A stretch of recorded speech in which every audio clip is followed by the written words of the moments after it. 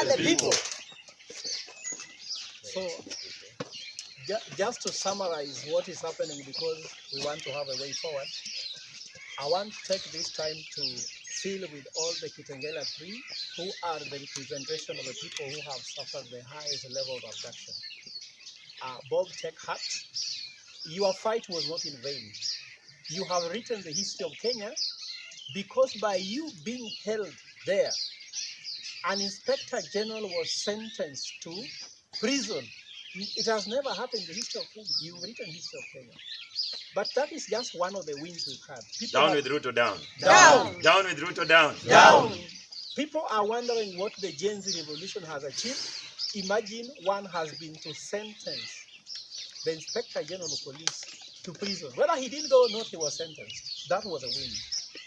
But also the Kenyans, what I want you to know, how important was it that the leaders of Free Kenya movement being arrested and held in Communicado was so important that even Inspector General had to lose his job. Can you imagine how important this movement is? So I want to take you to the heart of what we are trying to do. We are trying to liberate Kenya. And the liberation is not that we want an African or a Kenyan to rule us, because we have Kenyans who are not ruling us right. We want to liberate Kenya with what my colleague Christina said. 60% of Kenyans, young people, are unemployed.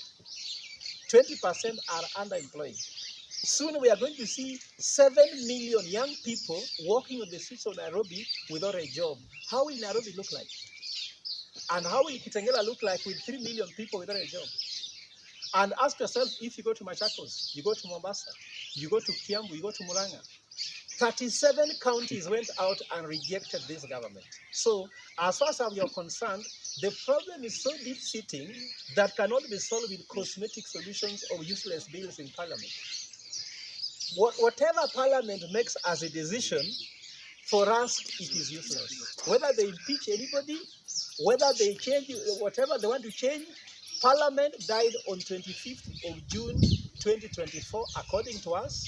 Whichever decision they make, it's as irrelevant as one made by pigs or made by baboons. Yes. For us now, Parliament don't exist. They can do anything they want. We must free Kenya and take Kenya back to Kenyans.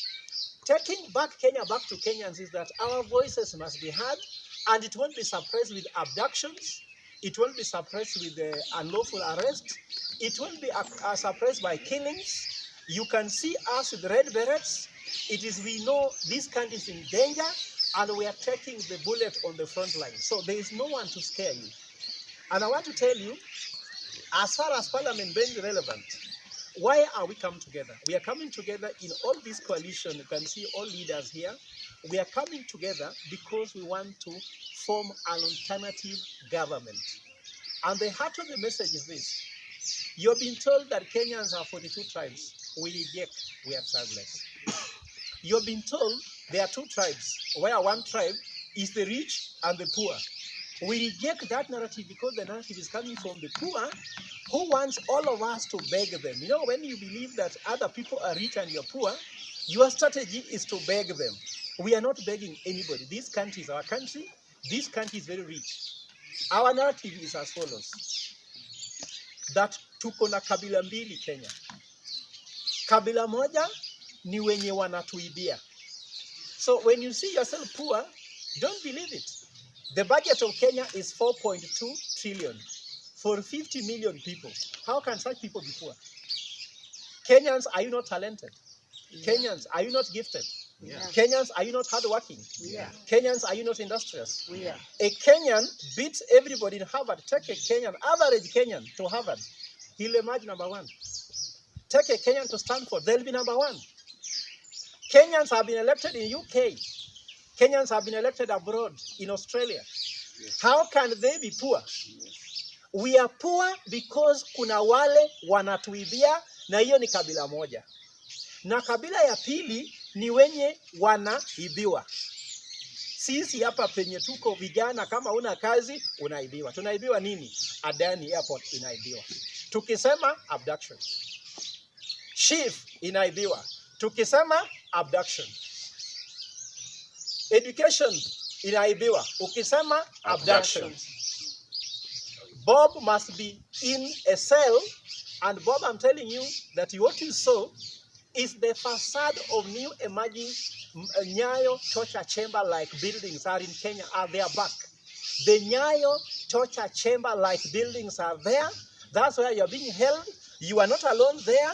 You are with other people, and you are so many. Just that you had one room, so you can only see yourself and the room. So we cannot allow wenye wanatuibia kuongoza nchi na sisi tunabaki kama tunaibiwa, alafu tunaambiwa ni sisi ni maskini, ni kama sisi hatufanyangi kazi. We have a government of a trillionaire. Ruto is a 2.8 trillionaire. Gachagua is a multi-billionaire. The cabinet is a billionaire cabinet. Those people are so wealthy, that's why we are poor. Ni wale wanatuibia. Now we are not buying the narrative ati kuna upinzani. No, we want alternative government. Upinzani is, we are not, tuna mtu napinga. Sisi, we are alternative government. Why are you saying so? Upinzani siko ndani ya serikali. Wako kwa wale wanatuibia. Wameiba kuanzia mwanzo mpaka mwisho. If you look at the whole opposition, they have been there from Moi time, Kibaki time, Uhuru time. They just change among them, telling us, mimi ni opposition, lakini you are just within. So, this Free Kenya movement is stating as follows. Mjue wa Kenya, sisi ni kabila mbili. Wenye wanatuibia na sisi wenye wanaibiwa. Tuungane pamoja sote. Usipigane na mtu yoyote ambaye anapigana against wenye wanatuibia. Tuungane pamoja, tutoe wale ambao wanatuibia, na Kenya itaendelea mbele, na tutapigana mpaka mwisho, mpaka tuone ile siku wezi wameenda.